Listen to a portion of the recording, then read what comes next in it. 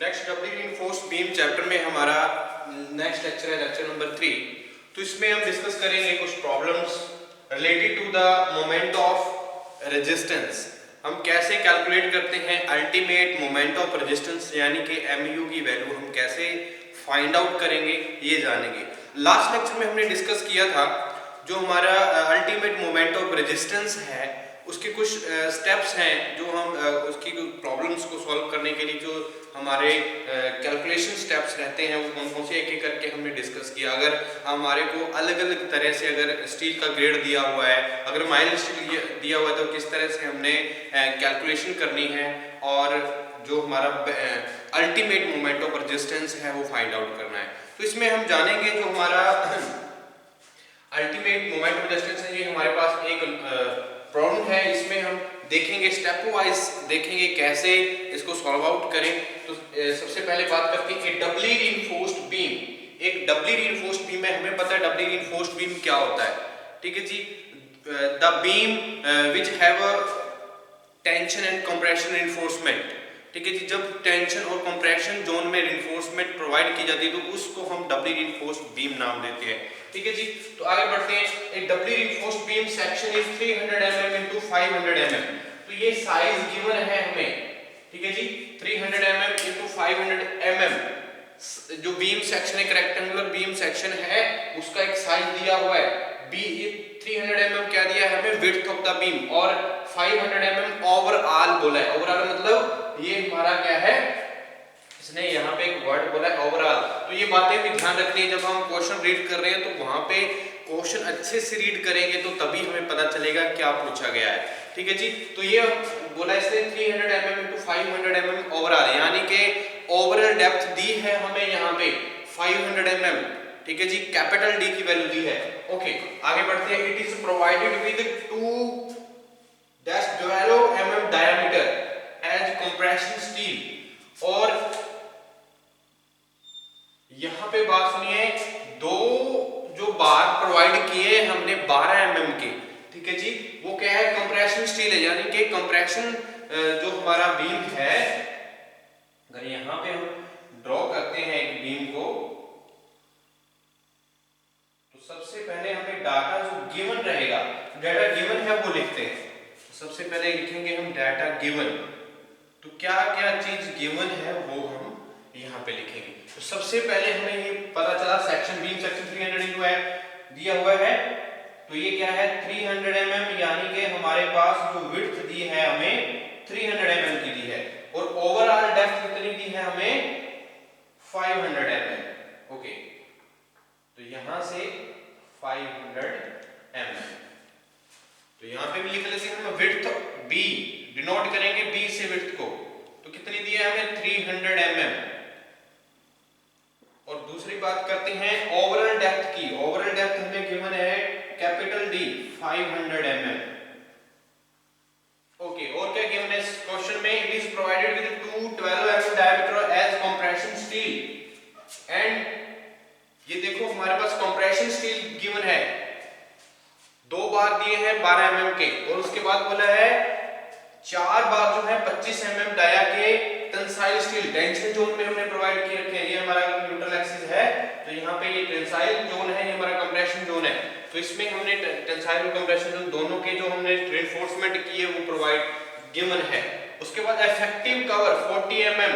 हम अगर हमें ये इफेक्टिव कवर यहाँ पे नहीं भी गिवन होता तो हम अगर जो पता होना चाहिए जो बीम है तो बीम में जो इफेक्टिव कवर रहता है वो 40 mm रहता है और नॉमिनल कवर जो रहता है वो 20 mm रहता है। ये बात भी हमें ध्यान रखनी है। Okay the reinforcement are provided at an effective cover of 40 mm determine the ultimate moment of resistance। Ultimate moment of resistance find out करना है और हमें M20 कंक्रीट की ग्रेड दी है और Fe415 स्टील की ग्रेड दी है। तो ये गिवन है हमें। ओके तो हम सबसे पहले बात करते हैं यहाँ पे D कैपिटल D और स्मॉल d दिया है।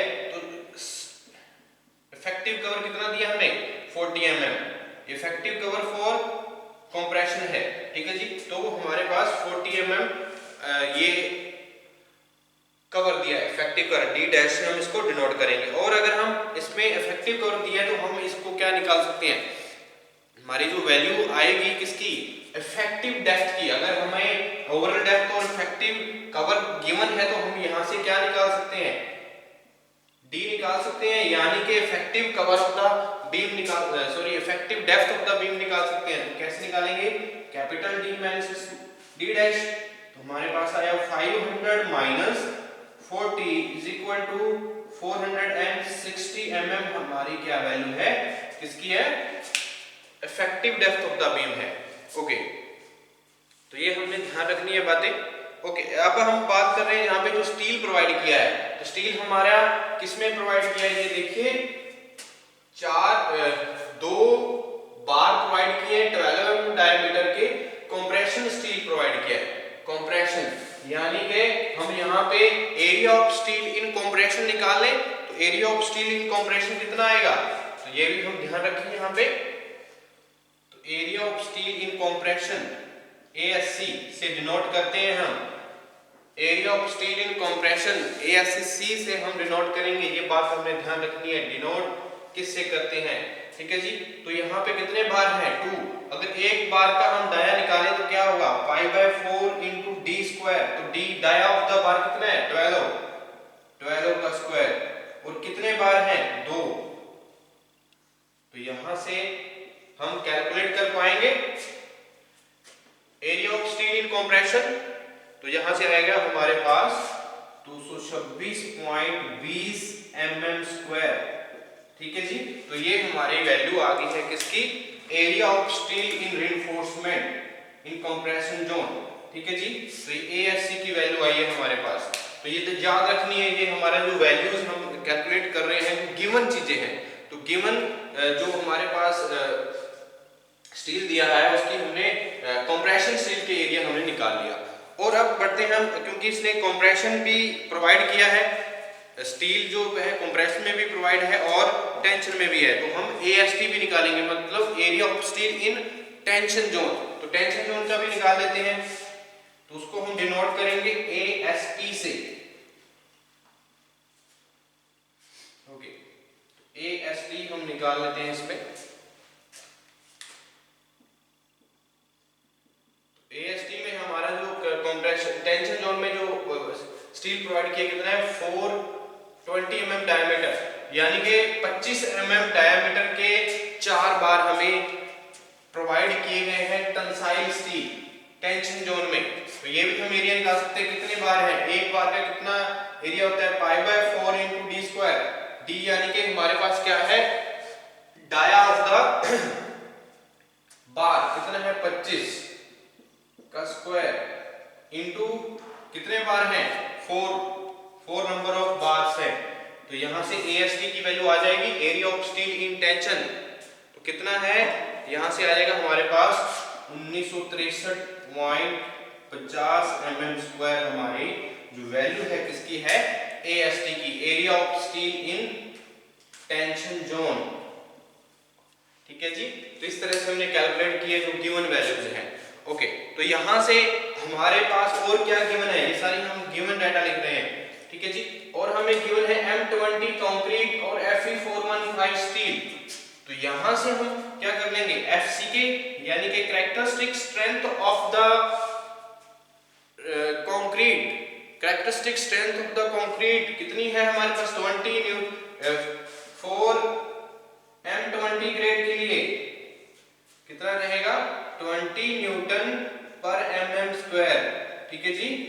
और हमारे पास जो ग्रेड दी है स्टील की, वो ग्रेड दी है हमारे पास Fe415, तो Fe415 के लिए जो ग्रेड 4Fe415 जो स्टील की ग्रेड दी है, तो इसके लिए हमारा क्या है, characteristic strength of the reinforcement, characteristic strength of reinforcement जो हम बार यूज कर रहे हैं, स्टील यूज कर रहे हैं, उसकी ग्रेड क्या है, उसका जो हमारा कैरेक्टरिस्टिक स्ट्रेंथ भी तो होगी, अगर हमें ग्रेड दिया है तो कितनी है, 415 न्यूटन पर mm स्क्वायर।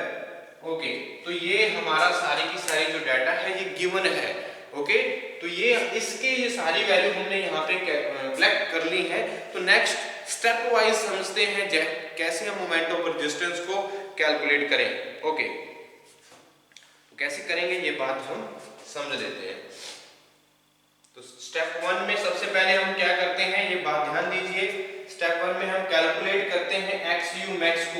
हम लास्ट लेक्चर में डिस्कस कर चुके हैं कि स्टेप वाइज कैसे अगर हमने कैलकुलेट करना है, डिटर्मिनेट करना है अल्टीमेट मोमेंट ऑफ रेजिस्टेंस, तो सबसे पहले बात करते हैं स्टेप 1 की। तो स्टेप 1 में हम डिस्कस करते हैं moment एक्सयू max, calculate maximum depth of neutral axis, calculate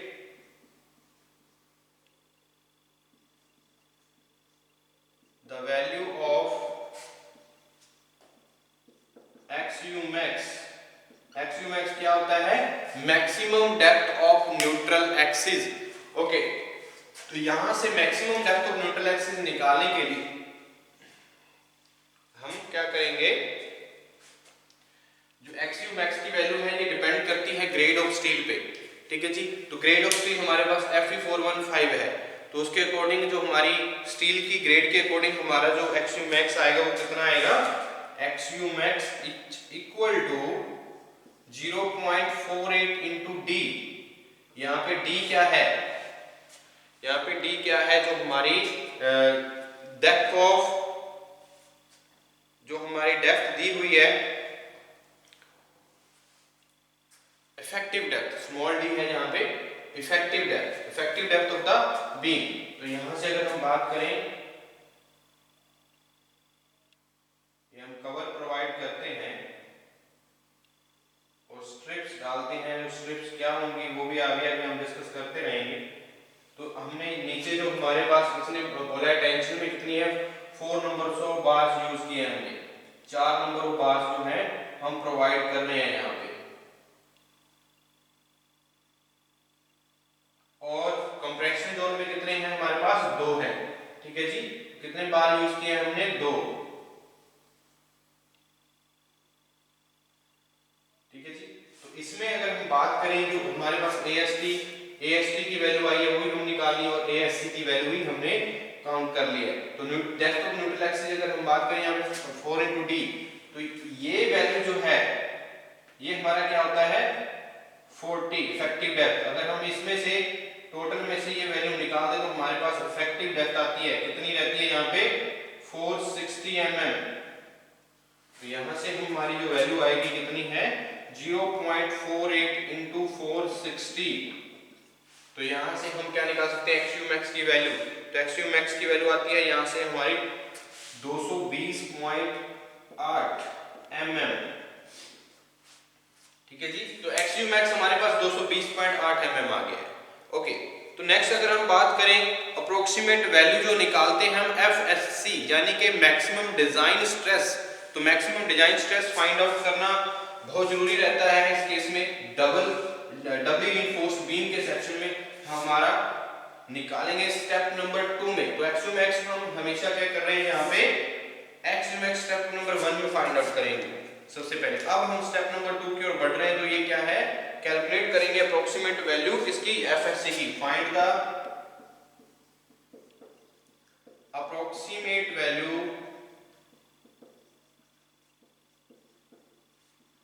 of FSC यानी कि maximum design stress.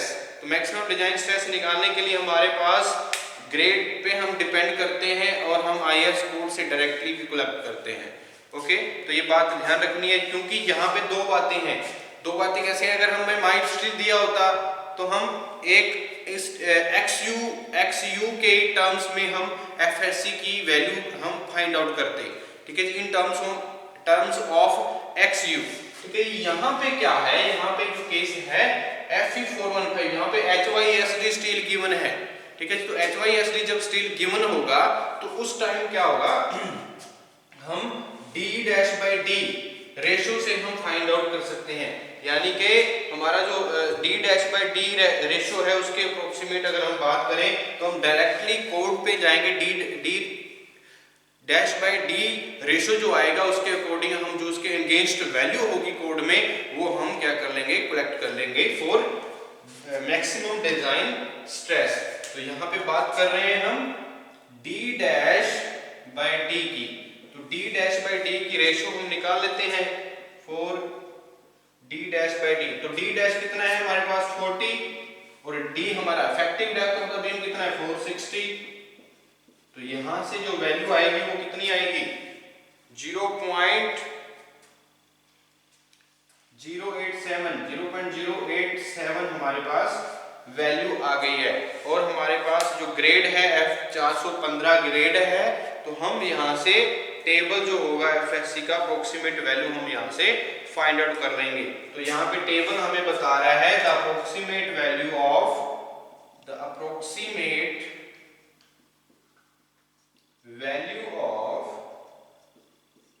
FSC as per IS code 456/2000 according to the ratio of D dash by D। तो इसको देखते हुए हम करेंगे जो वैल्यू हम इसके रेश जो भी आएगी कोड में हम एफएससी की वैल्यू कलेक्ट कर लेंगे। तो वो रहती है हमारी जो वैल्यू रहती है अप्रोक्सीमेट वैल्यू आएगी इसकी 353 न्यूटन पर mm स्क्वायर आएगी, 353 न्यूटन पर mm स्क्वायर। ठीक है जी, ये हमें कोड से सीधी वैल्यू हम कलेक्ट कर सकते हैं। ओके, तो ये हमारे पास जो एफएससी जो मैक्सिमम डिजाइन स्ट्रेस है वो इतनी है 353 न्यूटन पर mm स्क्वायर है। ठीक है जी, जब हम d dash by d ratio से हम अगर हम कलेक्ट करते तो हमारा जो एफएससी की वैल्यू दो चीजों पे डिपेंड कर रही है। कौन कौन सी, एक तो d dash by d ratio पे और दूसरा हमारा स्टील कौन सा है। ठीक है जी, Fe415।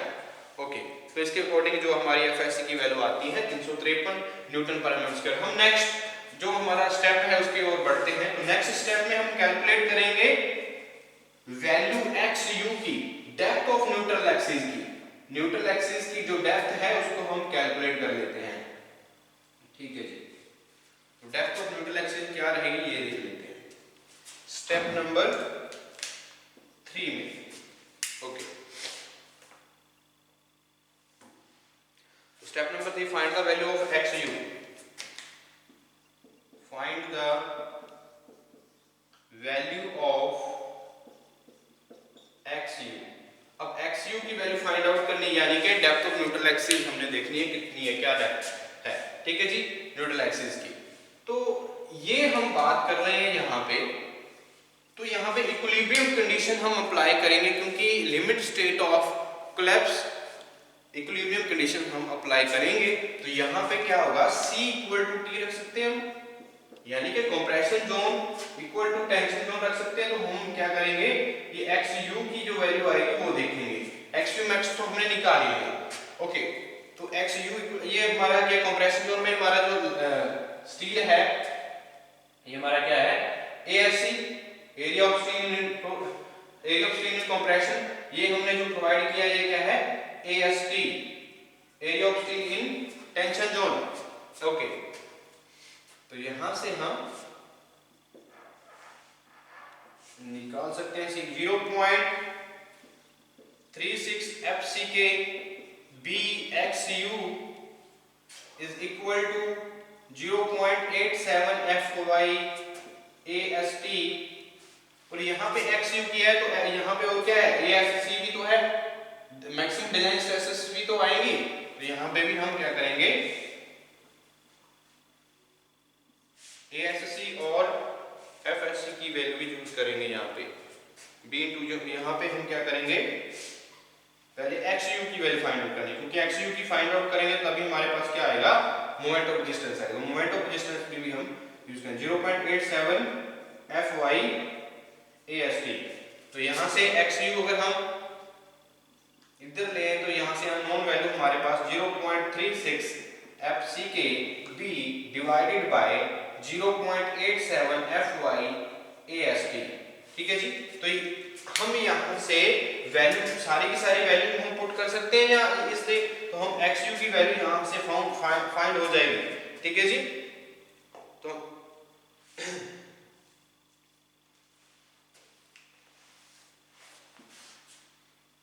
वैल्यू है यहाँ पे XU, हम XU इधर लेके आएंगे तो क्या होगा XU इक्वल टू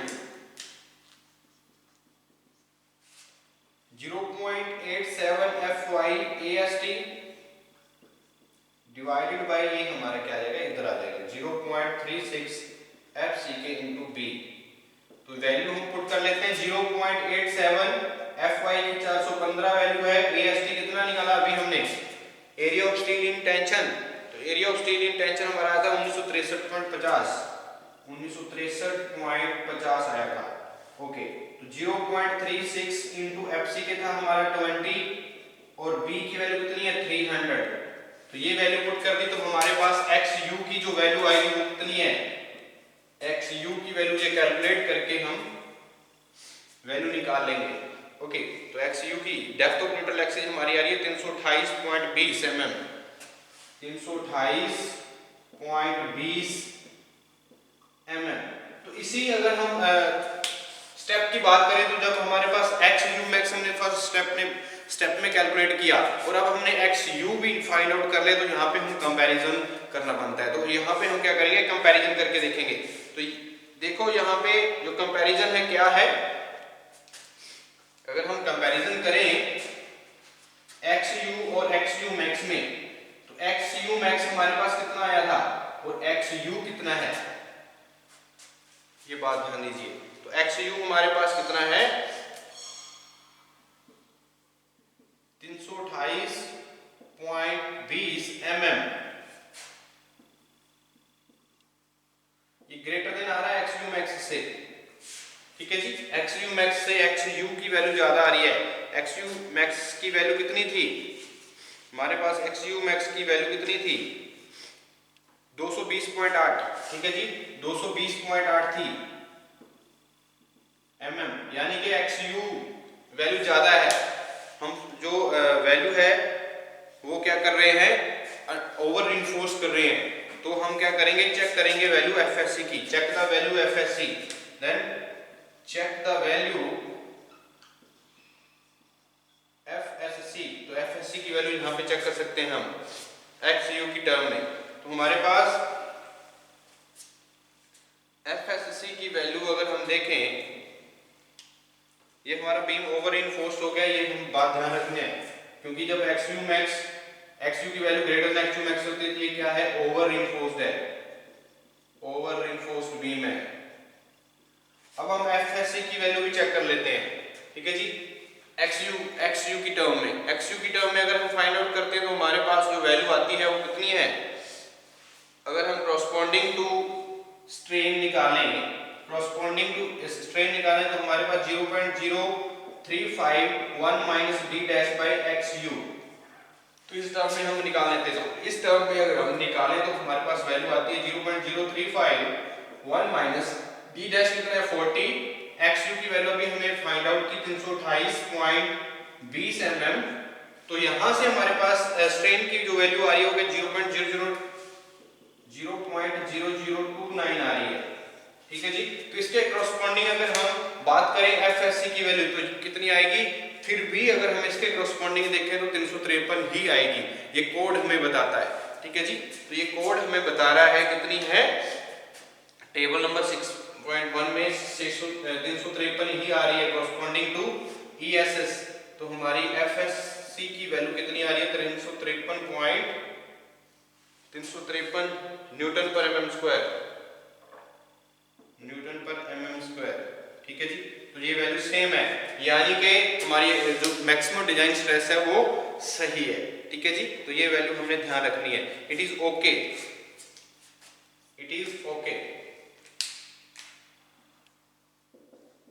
ठीक है जी। तो ये हमारा स्टेप नंबर 3 कंप्लीट हुआ।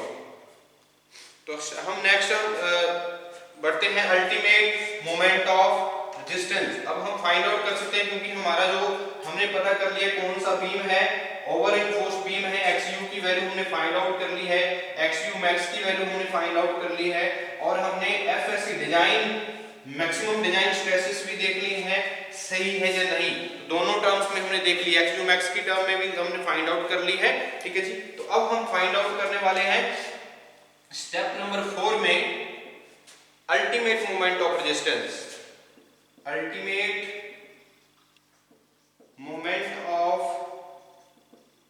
रेजिस्टेंस, ठीक है जी। Ultimate moment of resistance find out करेंगे।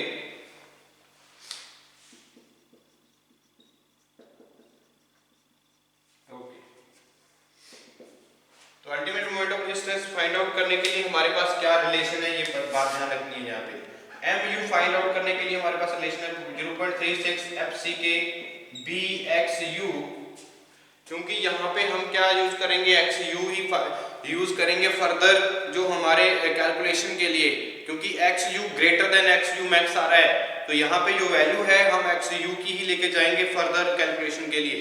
तो ये बात हमने ध्यान रखनी है इसमें।